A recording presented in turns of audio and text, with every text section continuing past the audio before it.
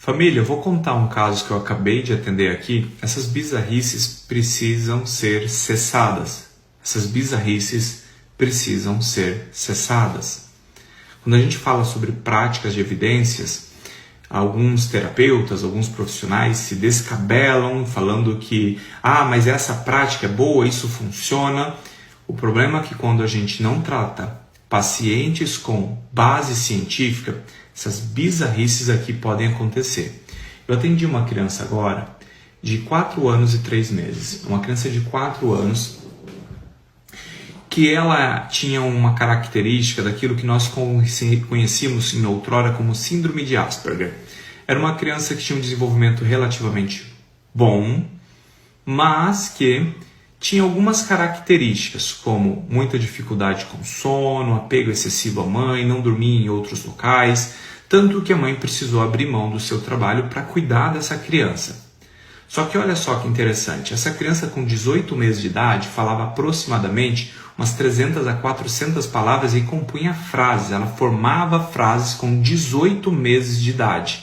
Isso não é natural, tá? Então 18 meses falando inúmeras, centenas de palavras e compondo frases. Até aí tudo bem.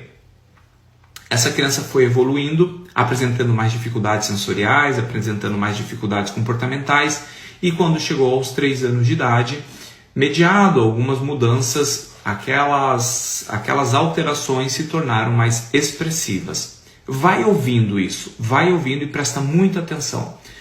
Essa mãe procurou uma profissional, uma neuropediatra, tá?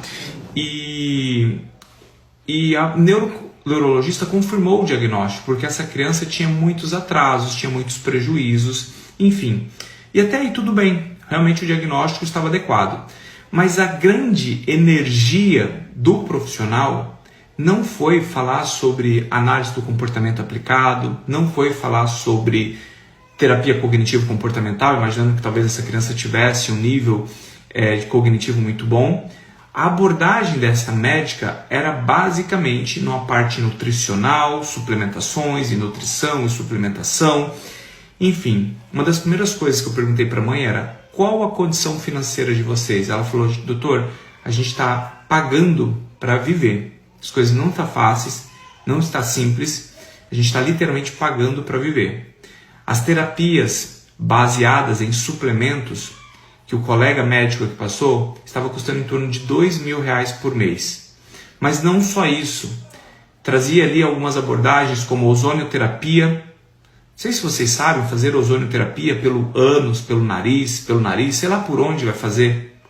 Em cada consulta, ao invés de focar sobre o que é análise do comportamento, estava perguntando se tinha tirado agora o glúten, se tinha tirado a caseína, se tinha tirado... agora a criança não estava melhorando, se tinha tirado a laranja, porque a laranja também fazia mal, agora é a castanha.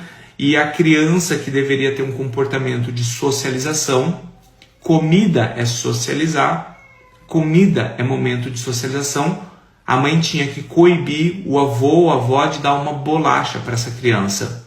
Percebe o nível de insanidade que às vezes a gente está levando essas crianças? Quando nós falamos, olha gente, nós não somos contra uma terapia A, B ou C, mas quando nós temos evidência suficiente que mostre que isso daqui é o caminho, por que nós estamos fazendo esse outro? Tá? Então é uma criança que tem toda a perspectiva de evolução, mas a mãe vivendo um sofrimento muito grande, porque ao invés de dar respaldo, carinho, orientação pautada em ciência, davam essas insanidades. Então presta muita atenção. Não existe tratamento do autismo que é sobre restrição alimentar ou suplementações. E muito pelo contrário, se a abordagem do seu profissional, do seu médico, ela é muito mais voltada para o que ele come do que para o comportamento humano, está errado. Está errado. Não significa que olhar intimamente essa nutrição não seja importante. Eu sou um defensor, inclusive, e vocês sabem disso, de como a gente deve olhar para a barriga dessa criança, de como crianças autistas têm sim transtornos gastrointestinais, quanto a esofagite eosinofílica não está diagnosticada e fazendo com que essa criança tenha mais estereotipias, Quantas crianças têm refluxo oculto e essa criança está com uma estereotipia devido a um refluxo? Quantas crianças têm diarreia, barriguinha estufada? Tudo. E sim, uma das grandes dificuldades é devido ao problema gastrointestinal, ao transtorno gastrointestinal. Agora, essa insanidade de não se sensibilizar com a condição financeira da mãe, prescrever um monte de suplemento, que é para a farmácia tal ainda, porque tem que ser na farmácia específica desses profissionais, para passar na farmácia específica. A família não tem condição, está tendo que gastar 2, 3 mil reais com suplemento, tá? Ficar passando ozonioterapia, gásinho, para colocar no ânus da criança, para colocar no ouvido da criança. Por favor, tá? Por favor. Isso não é o caminho. Isso é maldade. Isso é maldade com a família. A gente tem que orientar o tratamento pautado em uma ciência, pautado em rotina, pautado em harmonia familiar, pautado em individualizar o caso. Não é porque essa mãe fez das tripas ao coração para ir no médico caro ou o justo que ele cobre, que necessariamente ela tem condições. Ela só foi lá porque ela colocou toda a esperança em você.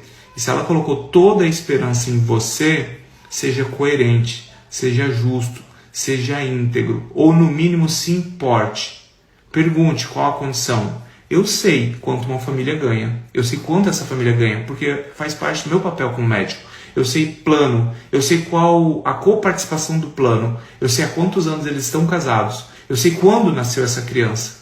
Isso é se importar com o paciente, não é ficar passando suplemento caro de farmácia específica não. Pensem nisso.